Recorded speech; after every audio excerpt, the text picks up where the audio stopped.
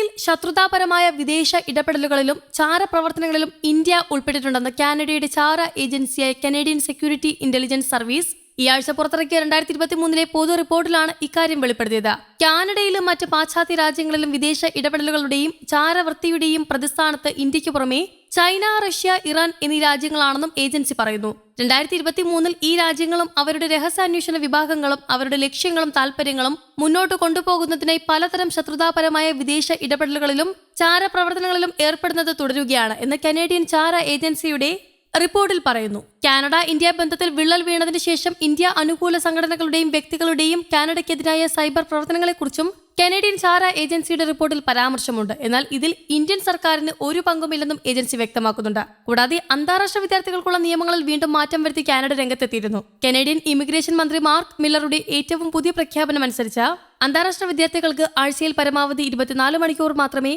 ക്യാമ്പസിന് പുറത്ത് ഇനി ജോലി ചെയ്യാൻ സാധിക്കൂ. ഈ നിയമം മെയ് 1 മുതൽ പ്രാബല്യത്തിൽ വന്നു എന്നാണ് റിപ്പോർട്ടുകൾ വ്യക്തമാക്കുന്നത്. 2023 കാനഡ അന്തർദേശീയ വിദ്യാർത്ഥികൾക്കുള്ള ജോലി സമയപരിധി പരിഷ്കരിക്കുകയും ആഴ്ചയിൽ 20 മണിക്കൂറിലധികം ജോലി ചെയ്യാൻ അവരെ അനുവദിക്കുകയും ചെയ്തിരുന്നു. എന്നാൽ ഈ താൽക്കാലിക നയം 2024 ഏപ്രിൽ 30 അവസാനിച്ചു. വിദ്യാർത്ഥികൾക്ക് ഓഫ് ക്യാമ്പസ് ജോലി സമയം നിശ്ചയിക്കുന്നതിലൂടെ കനേഡിയൻ ഗവൺമെന്റ് വിദ്യാർത്ഥികളെ അവരുടെ പഠനത്തിൽ പൂർണ്ണമായും ശ്രദ്ധ കേന്ദ്രീകരിക്കാൻ അനുവദിക്കുകയാണ്. കാനഡയിൽ വരുന്ന വിദ്യാർത്ഥികൾ ഇവിടെ പഠിക്കണം. അതിനാൽ ആഴ്ചയിൽ 24 മണിക്കൂർ വരെ ജോലി ചെയ്യാൻ വിദ്യാർത്ഥികളെ അനുവദിക്കുന്നത് പ്രാഥമികമായി അവരെ പഠനത്തിൽ ശ്രദ്ധ കേന്ദ്രീകരിക്കാനും സഹായിക്കും. അതേസമയം ആവശ്യമെങ്കിൽ ജോലി ചെയ്യാനുള്ള അവസരവുമുണ്ട് എന്നാണ് മാർക്ക് മില്ലർ പറഞ്ഞത്. ക്യാമ്പസിൽ നിന്ന് ജോലി ചെയ്യുന്നത് അന്തർദേശീയ വിദ്യാർത്ഥികൾക്ക് തൊഴിൽ പരിചയം തേടാനും അവരുടെ ചില ചെലവുകൾ വഹിക്കാനും സഹായിക്കുന്നുണ്ട്. അന്തർദേശീയ വിദ്യാർത്ഥികൾ കാനഡയിലെത്തുമ്പോൾ അവർ ഇവിടെയുള്ള ജീവിതത്തിനായി തയ്യാറെടുക്കണമെന്നും അവർക്ക് വിജയിക്കാൻ ആവശ്യമായ പിന്തുണ ലഭിക്കണമെന്നും ഞങ്ങൾ ആഗ്രഹിക്കുന്നുവെന്നും അദ്ദേഹം പറഞ്ഞു. എങ്കിലും ഇതിലെല്ലാം പ്രധാനമായി കാനഡയിലേക്ക് വിദ്യാർത്ഥികളായി വരുന്ന ആളുകൾ ഇവിടെ പഠിക്കാനായിരിക്കണം ആദ്യം മുൻതൂക്കം നൽകേണ്ടത്. ജോലിയല്ല, തങ്ങളുടെ വിദ്യാർത്ഥി പ്രോഗ്രാമിന്റെ സമഗ്രത സംരക്ഷിക്കുന്നതിനായി ഞങ്ങൾ തുടർന്നും പ്രവർത്തിക്കുമെന്നും മില്ലർ കൂട്ടിച്ചേർത്തിരുന്നു. കോവിഡ് മഹാമാരി കാരണം കാനഡയിലെ തൊഴിൽ ക്ഷാമ പ്രതിസന്ധിയെ ചെറുക്കുന്നതിനായിരുന്നു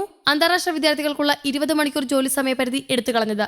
സമീപകാല പഠനങ്ങൾ അനുസരിച്ച് യുഎസിലും കാനഡയിലും ആഴ്ചയിൽ 28 മണിക്കൂർ കൂടുതൽ ജോലി ചെയ്യുന്ന അന്തർദേശീയ വിദ്യാർത്ഥികൾ അവരുടെ അക്കാദമിക് പ്രകടനത്തിൽ ഇടിവ് കാണിക്കുന്നുണ്ട്. ഇത് കുറയുന്നതോടെ വിദ്യാർത്ഥികൾ കൊഴിഞ്ഞു പോകാനുള്ള സാധ്യതയും വർദ്ധിക്കുകയായിരുന്നു. അന്താരാഷ്ട്ര വിദ്യാർത്ഥികൾക്ക് പ്രവർത്തന പരിധി നിശ്ചയിക്കുന്നതിനോടൊപ്പം 2024 മെയ് 15 അതിനുശേഷമോ ഒരു പൊതു സ്വകാര്യ പാഠ്യപദ്ധതി ക്രമീകരിക്കുന്നതിലൂടെ കോളേജ് പ്രോഗ്രാമിൽ ചേരുന്ന വിദ്യാർത്ഥികൾക്ക് ഒരു പോസ്റ്റിന് അർഹതയുണ്ടാകില്ലെന്നും കനേഡിയൻ സർക്കാർ വ്യക്തമാക്കിയിട്ടുണ്ട്. മെയ് 15 മുൻപ് ഈ പ്രോഗ്രാമിൽ ചേരുകയും പഠനം ആരംഭിക്കുകയും ചെയ്ത വിദ്യാർത്ഥികൾക്ക് സർക്കാർ ലിസ്റ്റ് ചെയ്ത ആവശ്യമായ എല്ലാ മാനദണ്ഡങ്ങളും പാലിച്ചാൽ മാത്രമേ വർക്ക് പെർമിറ്റിന് അർഹതയുമുള്ളൂ. ഖാലിസ്ഥാൻ നേതാവ് ഹർദീപ് സിംഗ് നിജാറിന്റെ കൊലപാതകവുമായി ബന്ധപ്പെട്ട് ഉത്തരവാദികളായ സംഘത്തിലെ ഏതാനും അംഗങ്ങളെ കനേഡിയൻ പോലീസ് അറസ്റ്റ് ചെയ്തതായി റിപ്പോർട്ട് വന്നിരുന്നു. കഴിഞ്ഞ വർഷം ജൂൺ 18 ബ്രിട്ടീഷ് കൊളംബിയയിലെ സറയിൽ നിജാറിനെ കൊലപ്പെടുത്തിയ സംഭവത്തിൽ ഇന്ത്യ സർക്കാർ ചുമതലപ്പെടുത്തിയതായി ആരോപിക്കപ്പെടുന്ന ഒരു ഹിറ്റ് സ്ക്വാഡിലെ അംഗങ്ങളെ അറസ്റ്റ് ചെയ്തതായി CBC ന്യൂസും റിപ്പോർട്ട് ചെയ്തിരുന്നു. അറസ്റ്റിലായവരുടെ പേര് വിവരങ്ങൾ വെളിപ്പെടുത്തിയിട്ടില്ല.